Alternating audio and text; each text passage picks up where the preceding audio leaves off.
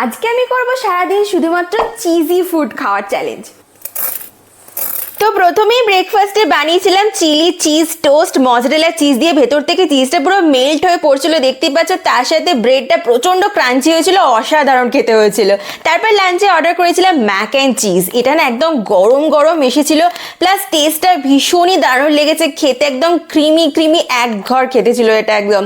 দেন ইভিনিংয়ে গেছিলাম হচ্ছে potato cheese shorts খেতে। ভেবেছিলাম এটার থেকে হয়তো চিজ পুল হবে, বাট হলো না, ধোকা হয়ে গেছে আমার সাথে। বাট এটা কিন্তু খেতে একদমই মন্দ ছিল না।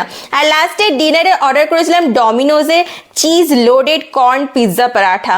ওহো কি বলবো আর এটার কথা, দারুণ লেগেছে খেতে আমার। তোমরা অবশ্যই একবার ট্রাই করে দেখো।